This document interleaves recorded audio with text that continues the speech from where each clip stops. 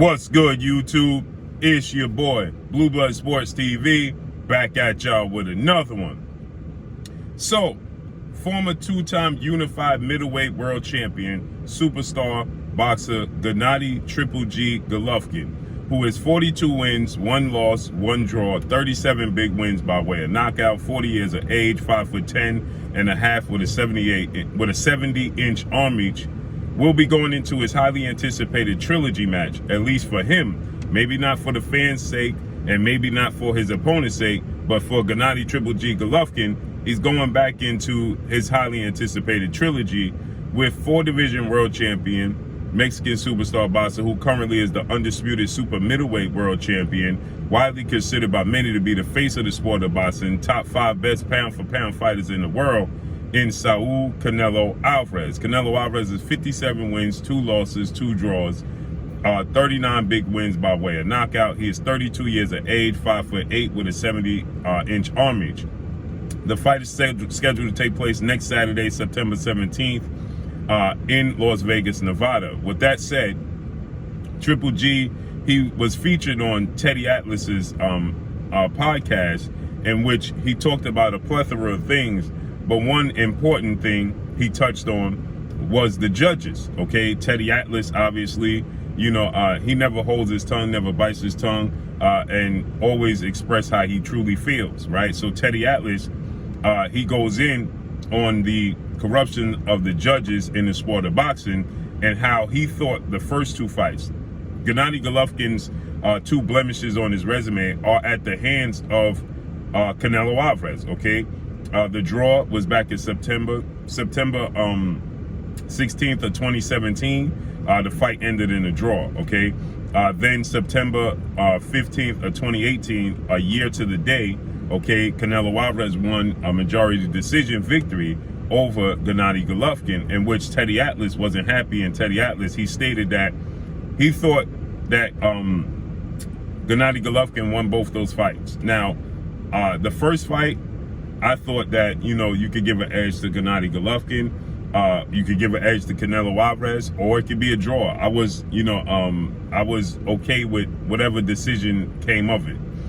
In the second fight, I thought Canelo Alvarez edged it out, majority decision. I was in agreement with the judges' scorecards. But Teddy Atlas, he states that, you know, the judges are always going to lean in favor and give Canelo Alvarez the benefit of the doubt in every single fight. And it's frustrating. And he asked Gennady Golovkin, as a human being, are you frustrated, or are you worried about it? And is it something that, you know, hinders your game plan and your approach to the trilogy match?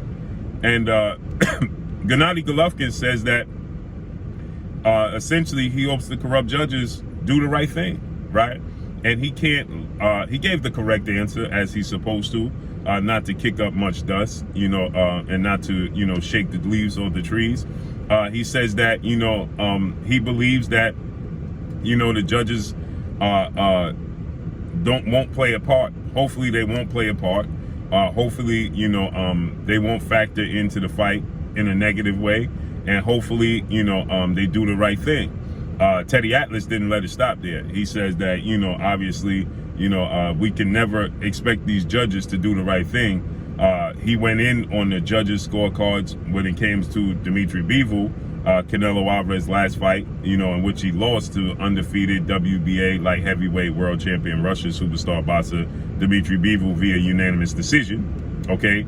And, you know, a few other fights, you know, that took place, and the judges' scorecards clearly were very lopsided. Most recently, the fight between Alexander Usyk, unified, former undisputed light cruiserweight, now unified heavyweight, Olympic gold medalist Ukrainian superstar boxer Usyk, when he took on 2-time unified heavyweight British superstar boxer Anthony Joshua, in which one of the judges gave Usyk 1 round in the first 6 rounds, where he clearly won and a majority of the first 6 rounds, right? Then Teddy Atlas, he went in on the corruption with the sport of boxing, right?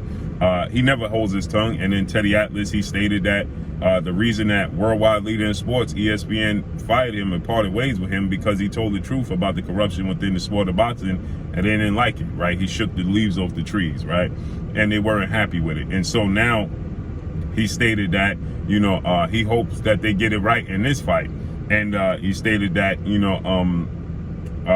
it's heartbreaking to see fighters work so hard, give everything they have, and then, the judges take it from them, rob them, right? So Gennady Golovkin, he states that he hopes that the corrupt judges get it right and they do the right thing.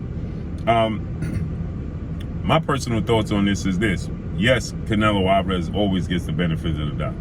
Okay, the judges' scorecards with him and Bivol should have been further apart than they was. When he fought retired, legendary, iconic, Hall of Fame superstar, pound for pound, 5-division world champion, and Floyd Mayweather, one of the judges saw it a draw, which was a travesty. There's no way possible you could watch that fight with Canelo Alvarez and Floyd Mayweather and you could deem that fight to be a draw. It's just not possible. Okay. And so with that said,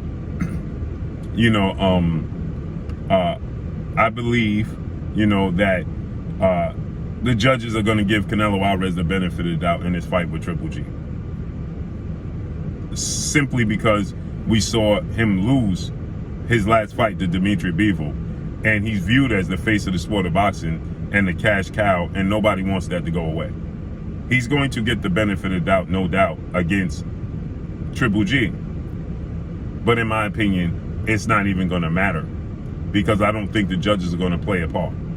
I don't think they're going to be involved, because I think that Canelo Alvarez is going to stop Gennady Golovkin by the 7th round.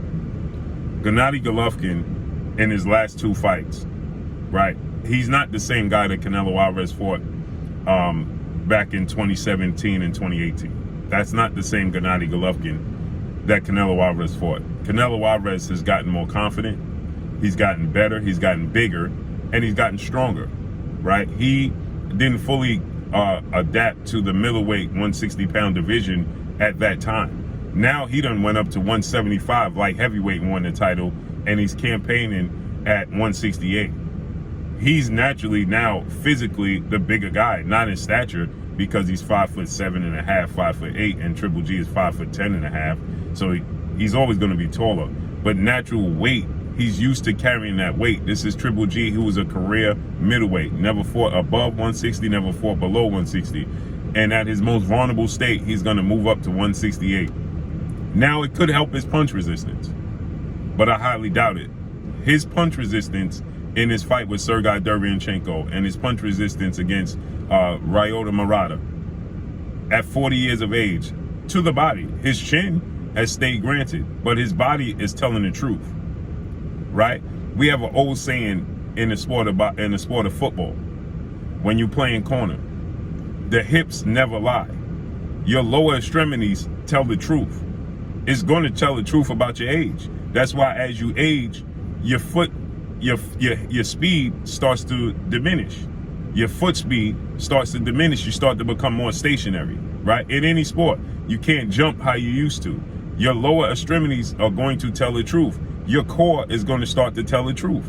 When you look at bodybuilders as they age, their biceps are going to look the same. Their traps going to look the same. But when you start to look at that core in that midsection, right, it starts to show you age. It starts to show you wear and tear. It starts to show you it starts to hang instead of be as tight as it once was. Although you can still have a 6-pack, it don't look like the same 6-pack from years past. And his punch resistance to his solar plex and to his core is not there anymore. It's showing this age. It's showing this wear and tear. Okay? And it's showing this age and it's showing this wear and tear. Okay? And so with that said, right, Canelo Alvarez is very precise, very accurate, and I think he's gotten stronger because he's naturally gotten bigger. And his ability to go to the body with his accuracy unconsciously, right? He'll throw a combination up top, boom, boom, boom, and then suddenly hook to the body, boom. There's something that 2-time trainer of the year, well-renowned trainer Eddie Reynoso teaches, because undefeated, lightweight, junior welterweight, Mexican superstar title contender in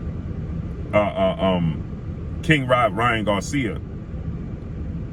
He unconsciously throw those hooks, left hook and right hook to the body drastically. You understand what I'm saying? Unconsciously, viciously.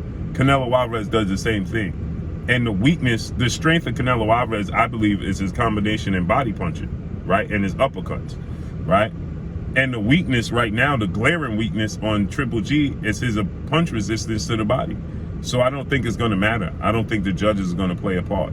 I think Canelo Alvarez is going to catch Triple G. You look at the body language when C0RRUPT and Raul Marati was going to Triple G's body.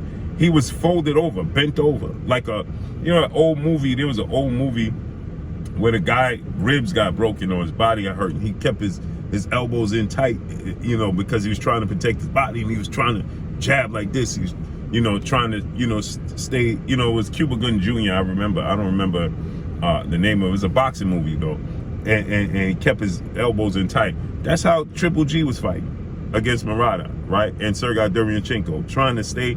And they don't have the abilities and the skill set and the talent of Canelo Alvarez. Because if they did, if C0RRUPT had that talent and Raul Marati had that talent, they would have stopped Triple G. They would have stopped Triple G. Now, he still has his power, and he still has a granite chin. He's still durable with his chin, and he still has his power. That's what makes him still dangerous, and you have to be cautious. Canelo Alvarez is very familiar with him. They fought 24 rounds already. Canelo Alvarez knows what to expect from his power.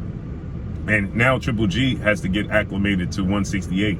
Canelo Alvarez understand he's been fighting much bigger guys now, and getting acclimated to their power. So his punch resistance to Triple G's power is going to be at an all-time high out of all three fights. And Triple G's punch resistance is going to fade, and he's going to get stopped, in my opinion, by the 7th round. So I don't think the judges are going to play a part, but if it does go to the decision, the judges will play a part, and they definitely going to give Canelo Alvarez the benefit of the doubt, and there's nothing nobody could do about it, period. And that's all I got for y'all. Make sure you hit the like button, drop a comment in the comment section, let me know what y'all think. Y'all already know what it is. It's your boy Blue, Blue Blood Sports TV. Hate, like, comment, and subscribe. You haven't subscribed, hit the subscribe button, hit the like button, hit the bell icon to get all the new notifications. Follow me on Instagram at Blue Blood Sports TV, all one word. Y'all already know what it is. Shout out to the entire LDBC. Shout out to Black Media Row. Make sure you like and share these videos. That's all I got for y'all. Peace.